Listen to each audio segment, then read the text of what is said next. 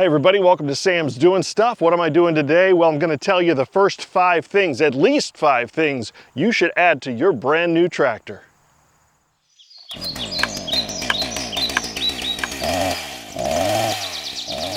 Now my tractor's not brand new at all. It's about 6 years old and it's going to be a little bit dirty, but these are very, very important add-ons that you might want to put on your tractor before you even start using it for the first time. Now, before we get started with the first one on the list, I want to let everybody know I bought all of this stuff with my own money. I am not sponsored in any way in this video, so everything I tell you is just because I really believe in it and I think it was a good addition. We're going to start with not necessarily a tooth bar, but any type of bolt-on edge to protect your factory edge. And you should put it on before you start using your front loader for the first time ever. The reason for that, and this is something I actually did, I bought this Piranha Bar. This is from Be Expanded. I'll leave links to everything I talk about in the description. This is from a company called Be Expanded, and it's a tooth bar. And let me tell you, for being 6 years old, this thing has held up tremendously. The teeth are still sharp, the edges are still good, nothing is bent, nothing is damaged, and I have run into everything imaginable with this tooth bar. Rocks, logs, digging with it. And speaking of digging, it makes it a lot easier to dig into dirt or to rake out scrub, all kinds of stuff. It's a very good addition.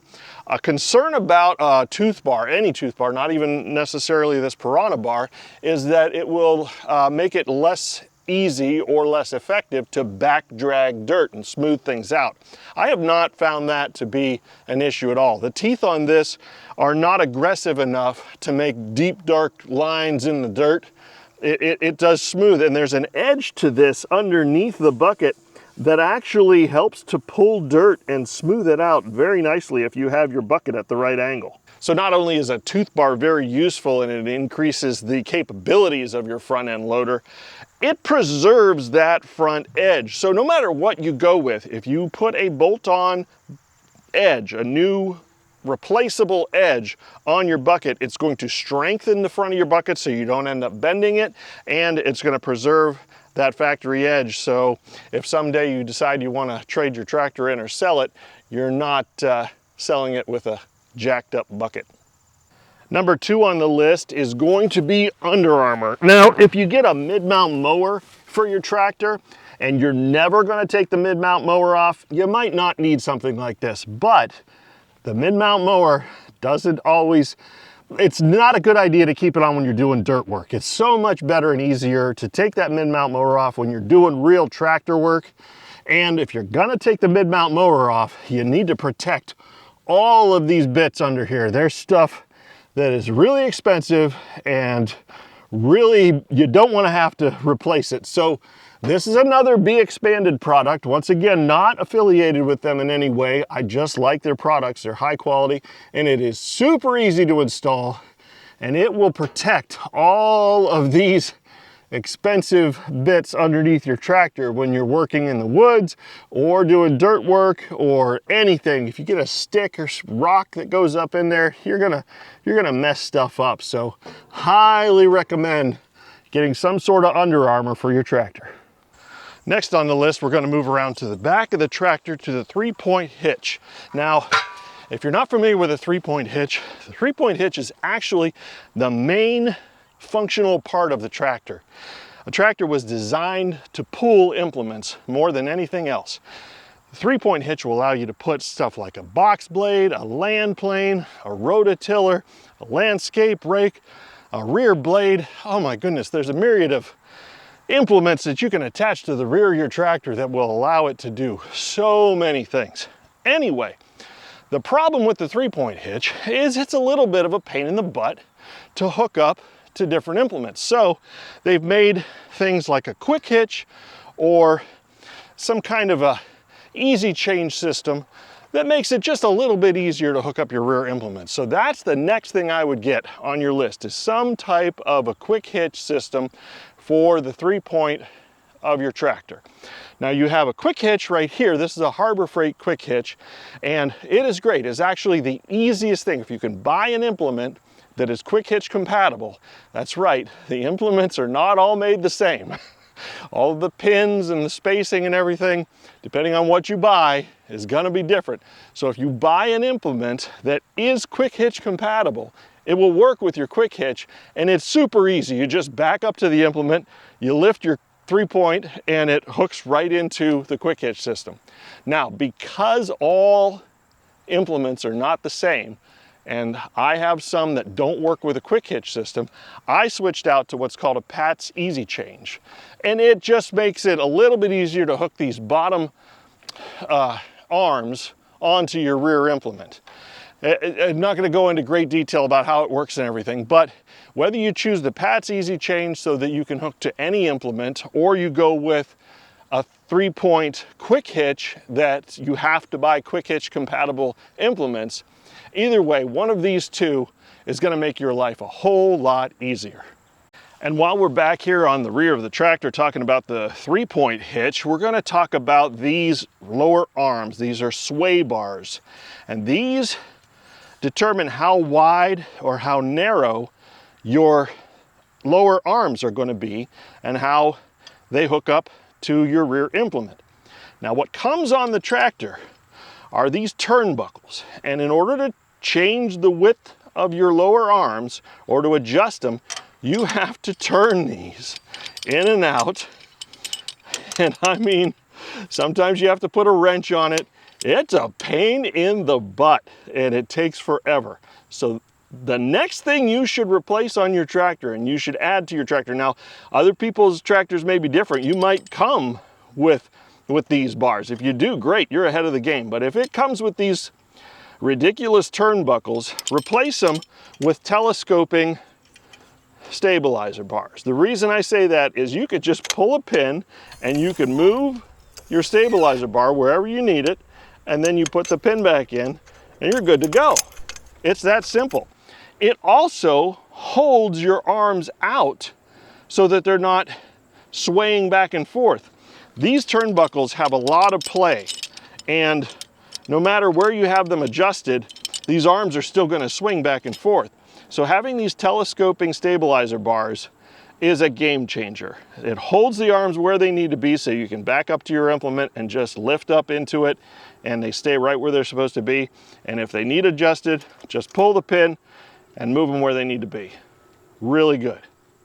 All right, staying on the back of the tractor, we're going to talk about tool storage. I know with my Kubota BX2380, tool storage is pretty much non-existent, and it really helps to have a set of basic tools with you when you're out in the fields and you're working. Something needs tightened or loosened, you've got it right there with you. Believe me, you'll thank me for it. Now, I'll leave a link over here. I think it'll be right up here. Wait a minute. Over here? You'll see it. Anyway, click on that if you want to see how I put this together. Anyway, the storage in this is just an ammo can, and it's plastic, so it's weather resistant, and you just put your basic tools in here. I've got multi-tools, I've got wrenches. This I use for loosening and tightening the top link. I don't have a hydraulic top link. That might be something I'd want to add. That's icing on the cake. That's not as necessary as you might think. Anyway, this will adjust the top link in and out. And, you know, just a basic set of sockets. Yeah, everything that you're probably going to need at some point right here on the tractor and ready to go. So add some tool storage. It'll be a good addition. I'm going to give you a bonus one here. The last one I want you to consider is a sunshade. This sunshade came from a company called cozycab.com, and I absolutely love it. There are some features about this sunshade. Obviously, it blocks the sun, also keeps some of the rain off your head if you're out in the fields and it starts to drizzle on you.